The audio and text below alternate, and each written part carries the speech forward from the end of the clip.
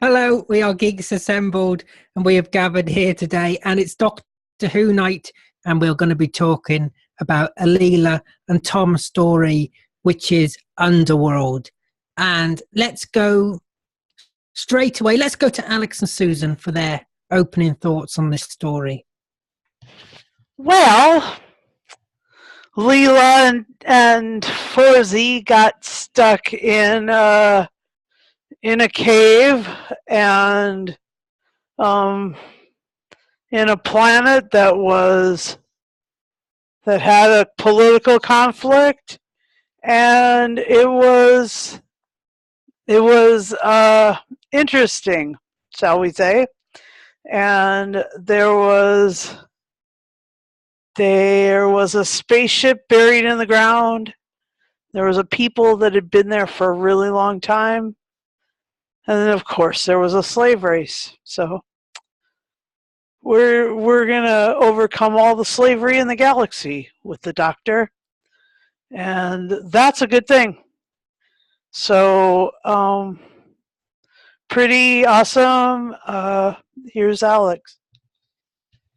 This had some good ideas. Unfortunately, the execution wasn't that great, and they ran out of money. And unfortunately, they couldn't keep with the effects. You can tell that this is a Jason and the Argonauts epic space adventure. Unfortunately, ripoff.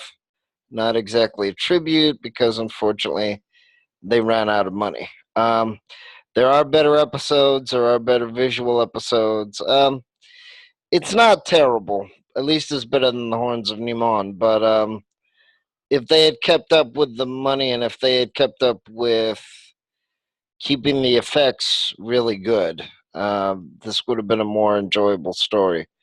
But I mean, it's not horrible to look at, but after all the competition, it's barely enough to look at. But as usual, Tom and Louise are better than the material. So, Do you know, it was a choice between this one, Underworld, and the Horns and Naimon. So it was a toss-up between that. Yeah. And you know, Lee loves a good toss. I love that dichotomy there. The Horns of Nimon versus this. Yeah, we're kind of picking all the bad stories. We could sometime do that, like, comparison contrast story thing. Yeah. Let's go to Harry, and he's got the book as well with him, as usual. As usual, Alan, I do have the book. Turn 6 is novelization. Put in a bit more detail. You're right about the fact that it is a version of Jason the Argonauts. They did have financial problems, and the only way they could overcome the problems one of two ways. Either scrap the story altogether, which would have been a disaster, because then you would have ended up like a possibly War Games, or do everything with CSO, which is what the option they chose to do. Story's not bad. I mean, it could have been better, but as I said, Tom and Louise did a very good job. As I said, it's not the first time Doctor Who's done anything with the Greek mythos and such. You've got the Mythbusters, you've got this story, and then later on in the Tom Baker era, you got the Horns of Nimon. So it's not the first time they tapped into Greek mythos. But all I got to say is, if you go to Greek mythos, make sure you've got enough money to do the budget, do it right. Otherwise, you're going to end up with a fiasco that is going to cause headaches. And if you think Underworld's bad, take a look at Horns of the Nimon. That's all I got to say. Thank you, Harry. Let's go to Beef Dad for his opening thoughts. I enjoyed the story. The ship that Leela and the Doctor land on is seeking the ship that left Minos. And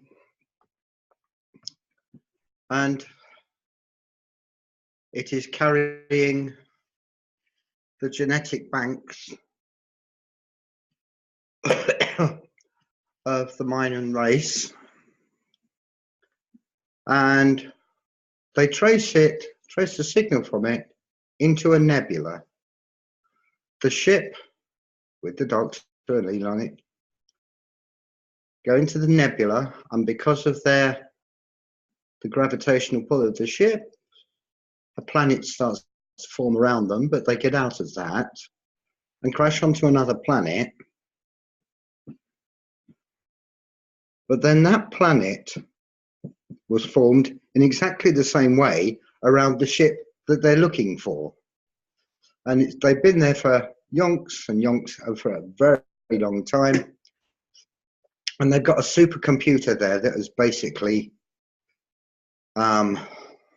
shaped everything, shaped the society, and brought in slavery, and the Rhinans have to mine for rock, and yeah, it's very good. It's sort of it's very political in a way, but it's done very well. There's some fun bits in it. As always, K9 manages to wander around like a mad thing all over the place by himself, which is good fun to watch. And of course, John Leeson is just brilliant doing K9. And yeah, excellent performances from Tom and what's her name?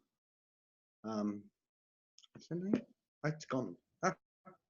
Old age, wonderful thing. And yeah, it's just, there is just so much going on. There aren't any points where I got bored with it.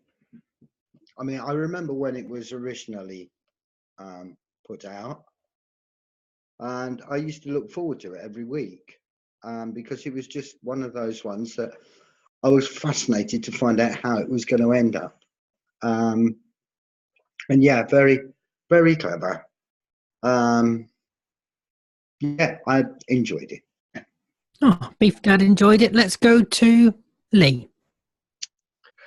I effing love Tom Baker as the Doctor.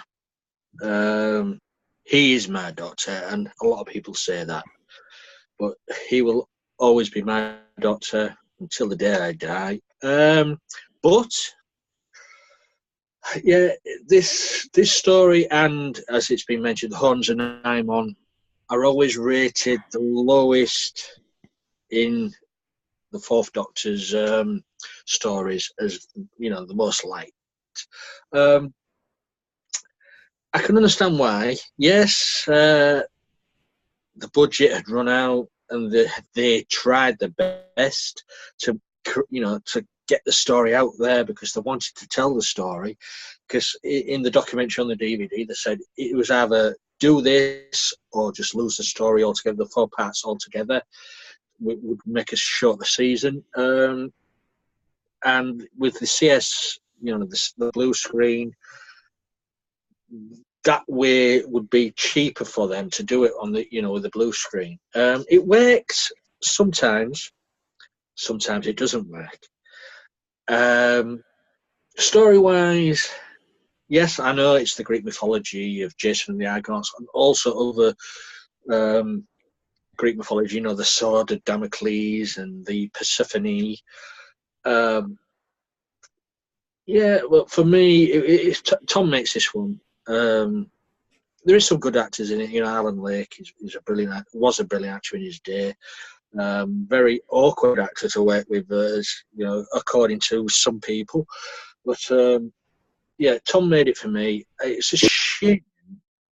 It is a shame that I don't know if they didn't have a good storyline for Leela, because all she seemed to do was no doctor, come away, Doctor. I don't know if that was the effect from that ray to calm her down. But I think that was the writing, because they didn't have a good story for her. It was just, Doctor, come away. No, you'll be in trouble, Doctor. Let's run away, Doctor. That it didn't work for me. That,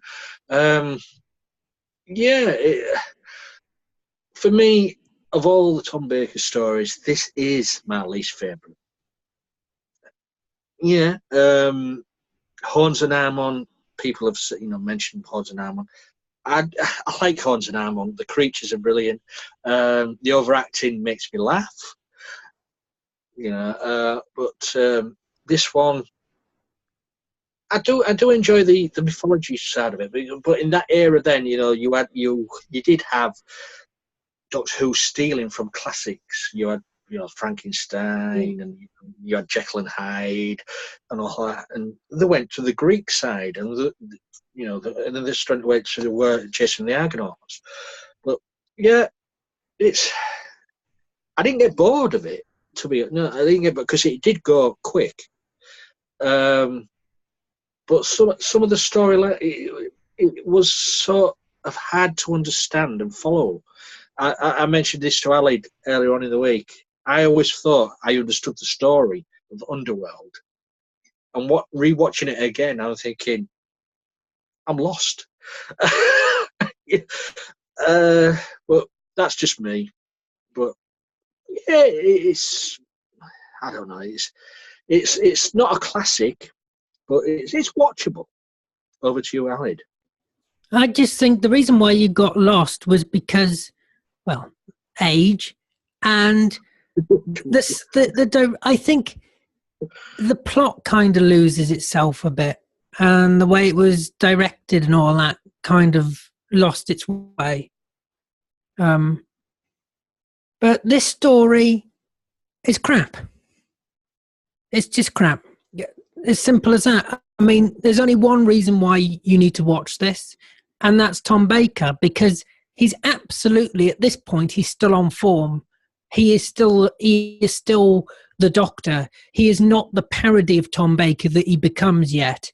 He's still the Doctor, the fourth Doctor that we love. It's only towards the end of his run that he then becomes a parody of himself. But he's still good here. And Leela, yes, I know the criticisms of the story, that she doesn't have much to do in that. But I like Louise Jameson. I think Leela's brilliant. And Leela is a brilliant character, and she's so interesting as well. So no matter what episode she's in, she's always good, no matter what happens in the story, because Louise Jameson is just a fantastic actress. Now, the problem is with this episode, mainly, is all the green screen, or, the blue screen, the chroma key, whatever you want to call it. You can tell it's not a cave. I mean, you can hear their footsteps on the studio floor. And K9 is just rolling around, completely fine. I mean, you'd never get him in a cave. You'd never bloody move. And when they're just running about pretending like the cave it's a real cave and it's 3D, and they're running about, especially when you've got in the second episode towards the beginning, and they go to the planet, and then it shows you on the planet with the slaves, and they're running around screaming. It just looks awful. This story is captivating because the green screen is so bad that you want to keep watching. And I think that's the reason why everybody watched the whole thing. Can I just say something? Yeah. I think the green screen in a couple of Pertwee stories was a lot better. No, it was a lot worse. Yeah, but this is but there's a difference. I would say Silurians and the Green Death was worse than Underworld green screen. But there's a difference, and the difference is this had entire episodes basically of green screen. Yes, but that was budget restraints. They had to. They had to do this story or lose it. Yeah. I would have just lost it. Again, it's Because it just to me, it just looks like something that would have been done on a Saturday night sketch or something on the cheap. If I may add, Alan, this Yeah, is, yeah, go ahead. Yeah. sorry, but first of all, this was a Baker Martin script, and these guys had done stuff for Pertwee as well as Tom Baker, including the story Invisible Enemy, which brought in K9. So if you're going to blame anybody, don't blame the script, blame the director, because this was his first job of doing Doctor Who. He plotted it out and everything, how he was going to do it, but with the budget, it was either CSO or nothing. And it might have ended up a situation where you would have had a 10-part story like War Games, because no one wanted to lose the story when it's your first time out as a producer of the show. But another problem with this story that I had is that there's no interest in villain or alien. I mean, it's just once again an evil computer or whatever she was meant to be. It was just a flashing light on the back of a wall. That's all it was. She was just a flashing light. But it wasn't the flashy light, Alad. It was the system that she had created. Oh, it was. They didn't show anything. It was just a flash. It was a political. It was a political authoritarian society that this computer had created. That was the enemy. I mean, it was the people who had been hanging out and living there alone for so long, and taking this and then enslaving their people. I mean, it was just that was what was the enemy. And those men in those medieval costumes, whatever you want to call them, they just looked ridiculous. How could they see through those things? Honestly, how could they see? I think that's the issues here is the editing is not good, the direction is not good, the pacing is not good. So in a way, because even when John Pertwee had bad episodes, it was something that everybody could relate to, like the maggots. I mean, I've shown it to people that are not fans of Doctor Who, and they love the Green Death. Not that the effects were that good, but it scared them. And that's the thing, is that unfortunately, that's the other issue with science fiction, is that sometimes even in Star Trek, almost every TV show has a couple episodes that people look back on it, which they weren't planning to do back then when they made it. They didn't have, VCRs and YouTube and all that, where it was scary when they thought of it or whatever, but 10, 20, 30 years down the road, and then with all the, wonderful special effects now, it looks bad, unfortunately. So it wasn't Doctor Who had very few bad ideas in theory. It was just a question of they also had so many episodes. I mean, we're talking about the days when they had 30, 50 stories or whatever. They had a lot of stories, whereas now you're lucky if you get even 15 nowadays. So they had so many stories that they were trying to churn out. And then unfortunately, even though they did have a couple of people working with Star Wars and came from Star Wars, so it wasn't all 100% bad. But the problem was when you add that on to video too, and then the copies that they had were so degraded that it looks even worse. So even though they had like the guy from Star Wars or whatever doing Davros, mask or whatever, it looks great because I've shown it to people. But the problem was they weren't able to keep the effects up. They weren't able to, but City of Death, for instance, which is another Tom Baker story, those effects are great, like the explosion and all that. So it wasn't all bad. It was just that they weren't able to keep the budget and the effects up at the same time. Yeah. And the when the spaceship takes off in the fourth episode, I gotta say, like, that is a cool effect. Yeah, out of the water.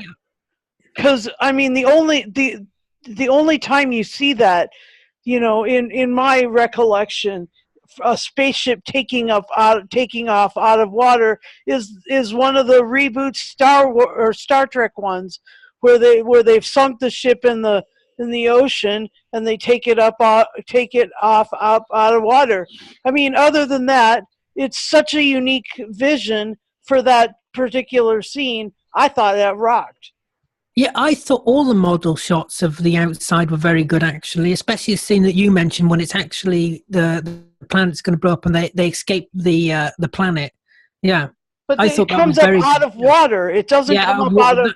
out of Yeah, a out of water, gas or yeah. out of clouds or or off the ground or whatever. It's through a liquid substance, whatever that may be. Yeah. No, that was very good effects. I agree with that. Yeah. And nobody does that. Nobody's done that. Nobody does No, that. I love real effects, practical effects like that, like models and things like that. Yeah. I mean, the arc in space was good. It's just that Yeah. it was very clearly, bubble wrap painted green. So it's not that they didn't try a lot of things. They actually did. I mean, Doctor Who is the longest running, science fiction franchise, and it did try a lot of things. The problem was they weren't able to keep the budget up and the effects, and some of it ages very badly, but some of it is good. The other problem is the actors that weren't Tom Baker or Louise Jameson also let down the story a little bit as well. And No, I mean, I it's a thought some of shame. some of the acting was quite good, actually, I mean, from some guest stars. We gotta let it go to Beef Dad. They also had some good Art Deco designs as well. So it wasn't that it was all bad. It's just they couldn't get it all to gel, effectively. Yeah, but I do like the concept of this story. That the gravitational pull of the ships turn them into planets. That's what made the the asteroids and the rocks come together. I did like the scientific. I don't know how true that is, but I did like that element of the story very much. Well, they did that kind of again with the Arachnos later. Oh, they did, didn't they? Yeah, creating the Earth. Yeah. Yeah. Because she created the Earth, didn't she? Yeah. If I remember correctly. Science. Let's go to favourite moments. Let's go to Beef Dad.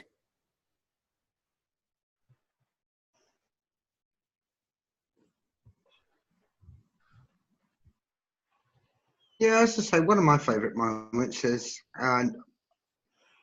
it's blue screen moment. And I must admit, I just sat there and giggled all the way through it. And that was when K9 was whizzing about through the cave, and there's no up and down, there's no bouncing or anything like that. It was all very, very smooth. Too smooth.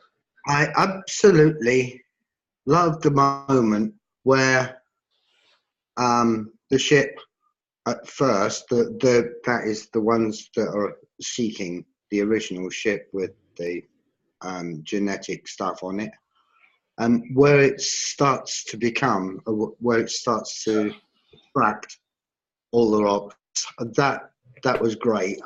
I loved the way they did that. And yes, the swapping of the bombs. The Doctor manages to pinch the real genetic banks, and then he sends the bombs back to them,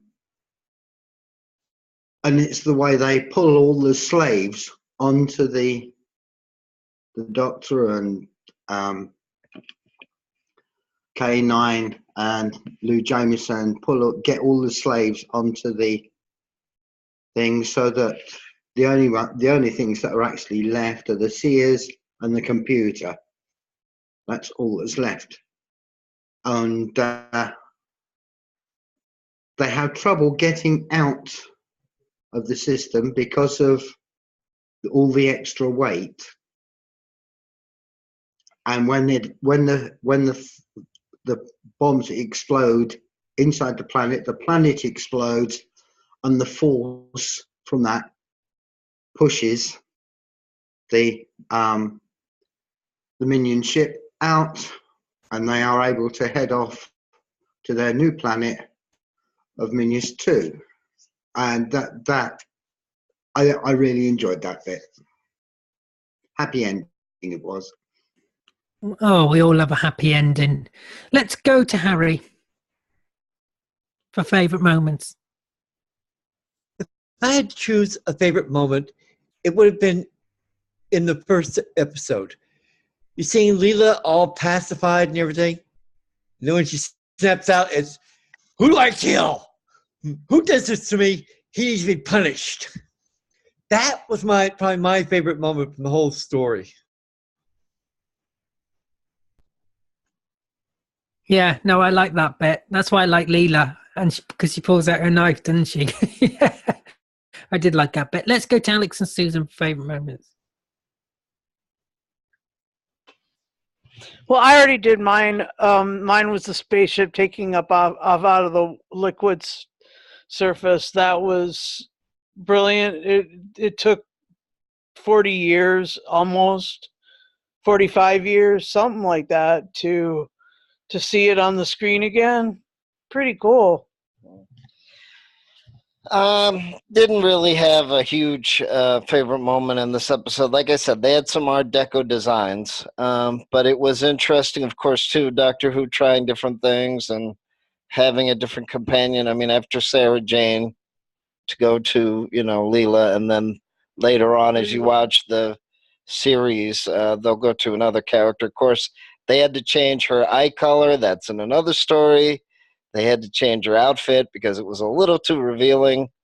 But I love it how I love bumping into people and they go, oh, there was never a tough female character or a warrior. It was only Xena. I said, no, I'm sorry. No offense to Xena, but Doctor Who thought of it first. So regardless of the bad special effects, unfortunately, there are many.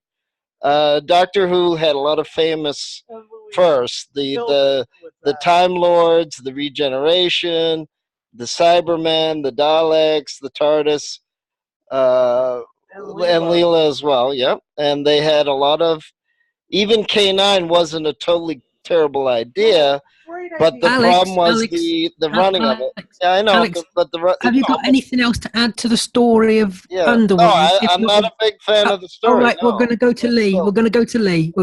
Otherwise, we're going to be here all day. I just want to add on to what Alex was saying. I hate. Oh, no, don't. I hate it when people say Doctor Who never had any strong female characters. That is a load of bollocks.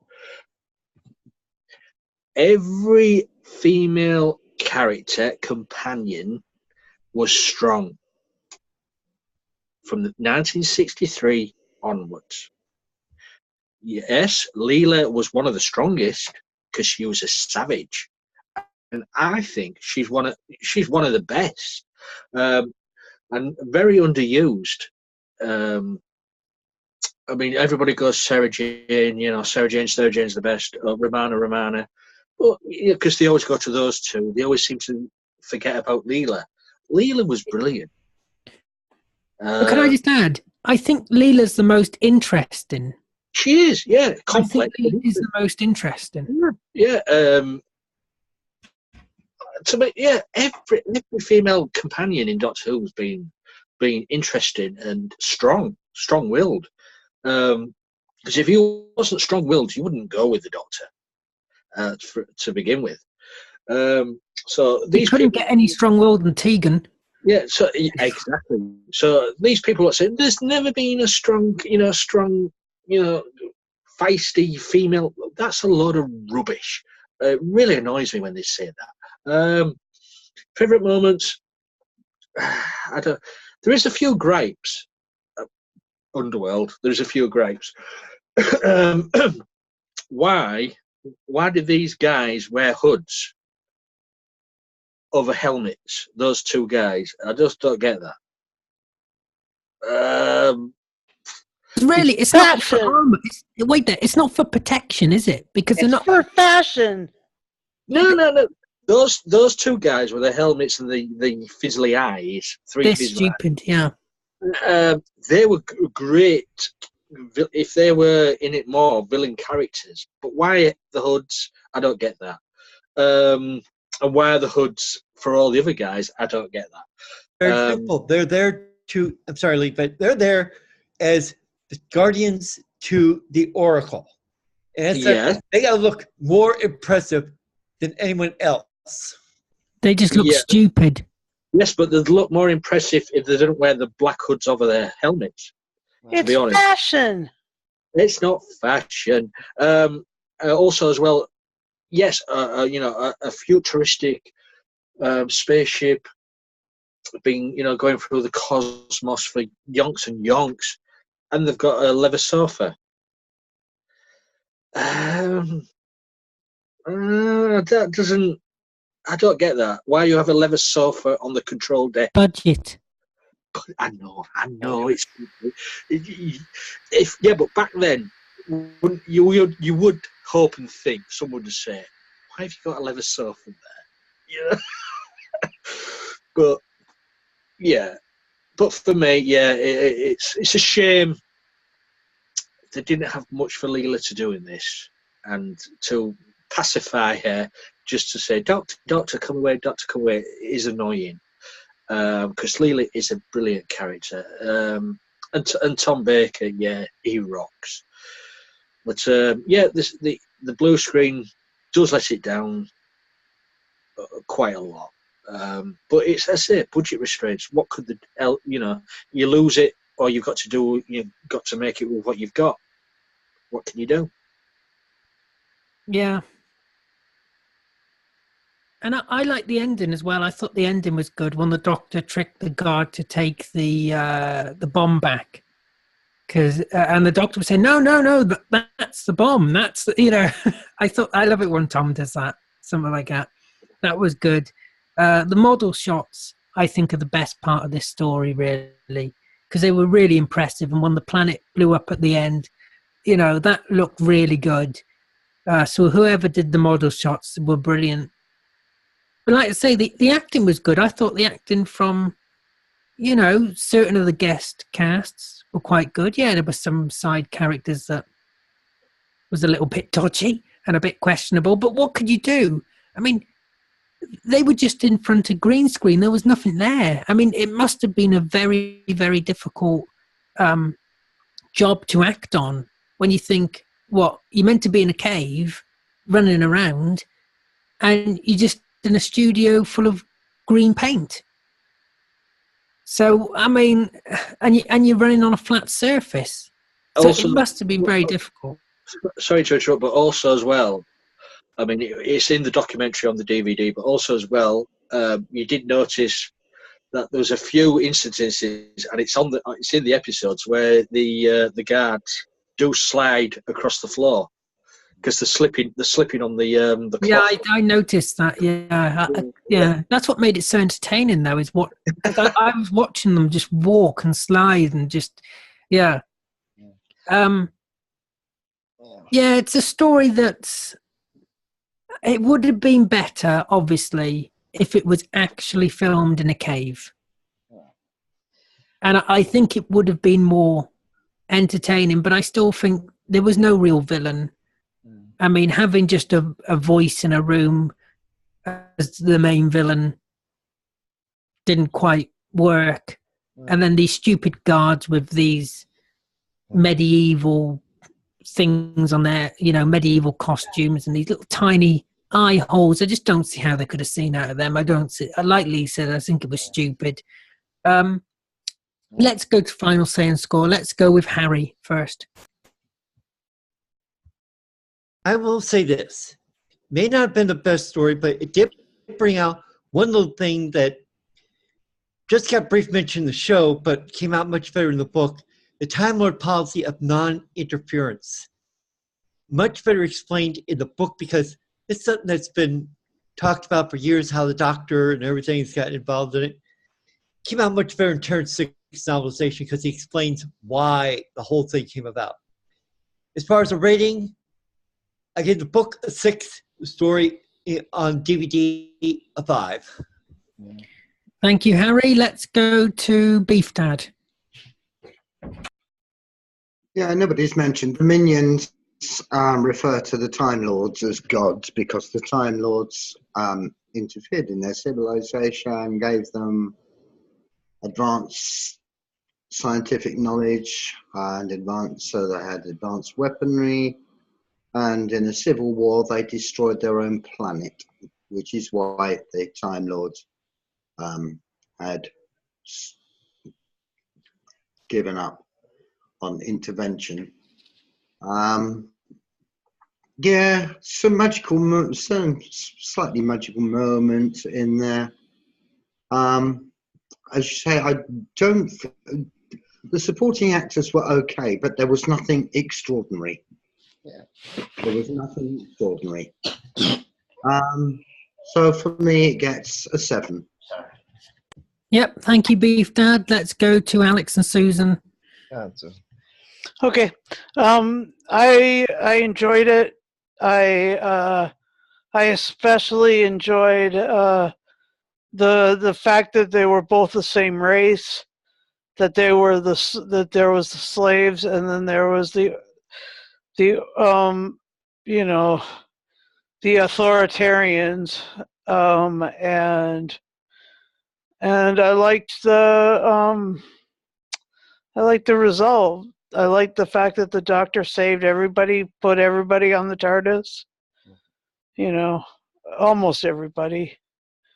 It's pretty great, and I love Leela. I think Louise Jameson, and I don't think that Alex was saying that there was no strong women in Doctor Who. He meant on television. He compared it to her to Xena, and I really think that is true. That Leela was the British version of Xena, and Leela had that kind of superhero, super amazing woman, and super fierce, super savage. And so, yeah, that is, as far as I can see, the truth. And Louise kills it, always. Even now in the Gallifrey series, Leela has at her core power, and I'm going to fight first, a warrior mentality, a warrior space. I mean, she's amazing. So that's it. That's my thing. I'll give it an 8 for the whole thing. It was great. Okay. Yeah, unfortunately the story was okay. There was some good ideas. Unfortunately, they weren't really able to. That's the other problem with television, just like movies, is that unfortunately after the competition that we all know, it's very hard to try to keep all the standards up and in every single story. And we've also gotten spoiled as well, because you also need a good story and you need good characters. So the issue is, unfortunately, just like the Horns of Nymon, and there were a couple other stories, that Tom was basically keeping the interest up. I mean, I've even shown it to people that aren't fans of science fiction, and Tom just charms the pants off of everybody. Pardon the expression. But then again, there's also a lot of sci-fi that doesn't age well. There's some episodes of almost any TV show that you can think of that it doesn't age well, or it comes across as too heavy, or it comes across as too strong. And unfortunately, up until the next generation of Star Trek, you couldn't have $1 million for every episode. And you shouldn't have to anyway. And you could still have good acting and good storytelling, and you don't have to spend, $500 million. If anybody's watching this, I would recommend, and like I said, I've bumped into hundreds of Tom Baker fans. They may not like Doctor Who after him, but they love it when when he's there, because he has the charm, he has the personality. And up until the last, maybe 20 episodes, he's still being the Doctor. And it's funny how you see how he evolves. Yes, unfortunately, he became a victim of his own fame. But, I mean, most people know him, and most people still know him, with the exception of David Tennant. You know, those are the two actors. And yes, I admit the other actors should have been given more credit. But they just have so much charm, and that's the thing. I mean, when you're creating art, it looks so easy in TV and movies, and it's not. You have to write it well. You have to produce it. You have to have it visually be appealing. There's so many people forget. There's so many parts, and yeah, even in American shows, it doesn't always work well. You know, so it's amazing in a way that Doctor Who has so many good ideas and theories and characters, and they tried many things before any other show. It's just that unfortunately it didn't get into the popular culture per se, but then Doctor Who became a cult hit, and that was also part of Tom Baker's charm. And he always had charm in almost all the episodes that he was able to you know, really win over the audience. So I mean, you have to give credit to the character style actors in Doctor Who, that they're always able to take the material, whether it's good, whether it's bad, whether it's the editing or the direction or the visual, and just use their charm and their voice and win over a lot of fans. Score. Do your score. I'd have to give it. The story, I'd give it a 7. The execution, yeah, that's probably a 5. It's not great, but. So it's Thank you, Alex. I was a bit worried that we wouldn't get through that before Lee got absorbed by his scarf, because it seems to be consuming him. Speaking of Lee, let's go to Hull. I had to laugh when Alex said, if anybody's out there watching this. I know. He's deluded. He's very deluded to these people. Yeah. But apparently we're very popular in Boston. We're very big in Boston. I've heard we're very popular in the Gallipoli. Yeah, as I said earlier, this is my least favourite Tom Baker TV escapade. And it's sad to say that it's not sad to say, but many of his Big Finish audios surpass this. And to be honest, it's not that hard to do for what we was given, but it's budget restraints. I can't knock the acting. I can't knock the acting, because what can you do with what you're given? Least favourite of all his 40-odd episode stories he did. I'm giving it a 4.5. Oh yeah, well that is quite low for a Tom Baker story for you. Something from all the other stories he did. So I think that for me, I'm being quite honest on that one. That's only 0.5 above the censor rights. Yeah, and we all know how bad that story was. Yeah, I wasn't keen on that one. So yeah, that was an awful story, that was. There you go. Yeah. So, right, yeah, I've got to be in agreement with really everyone here. This isn't Tom Baker's best story. In fact, it is his worst story. This is it. This is as low as it gets, really, for Tom Baker, I think. Even though this isn't the worst story for his Doctor, it's just the worst story that I think he's involved in, and especially just all the green screen, it kind of ruins it. I think it would have been better if it was filmed in a real cave and it had and the script was more refined. It had some, scary monsters in it. If it had a real threat, I think it would have been a lot better. I think there's a decent story to tell here, and the concept is very good.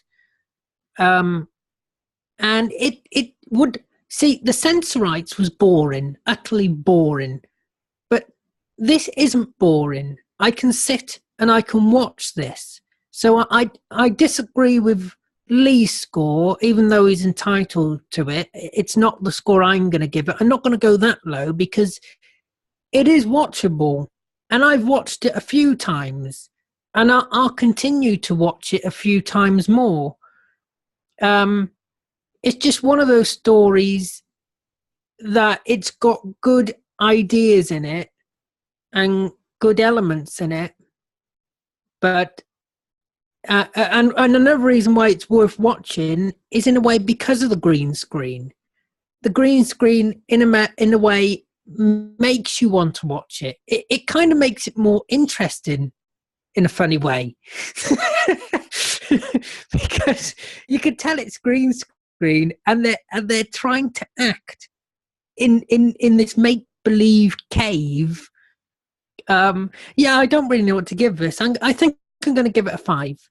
I'm going to give it a 5 because it is watchable, and I do like I think the set of the ship's fine, and the models of the ship, like Susan has said, are absolutely brilliant. All the models.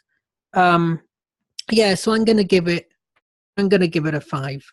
Can I just say something, Alid? Yeah. Nobody has said what was running through this story, so I'm going to say it now. The quest is the quest. Yeah, the quest is. Yeah, I know that got on my nerves a bit. But let's take some wise words from the 4th Doctor, which is, "What blows must suck." I think that's very, very wise words there to leave you with, dear viewers, from from the 4th Doctor.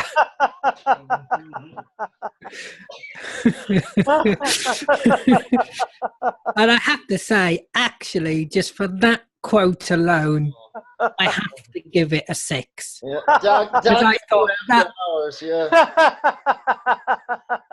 that when he said that, I completely forgot about that. My ears pricked up, and my eyes opened wide, and I thought that brings back memories. Oh, nurse! it brought it back to yesterday evening. Dear me! Huh? I tell you what Doctor Who could get past the radar, huh?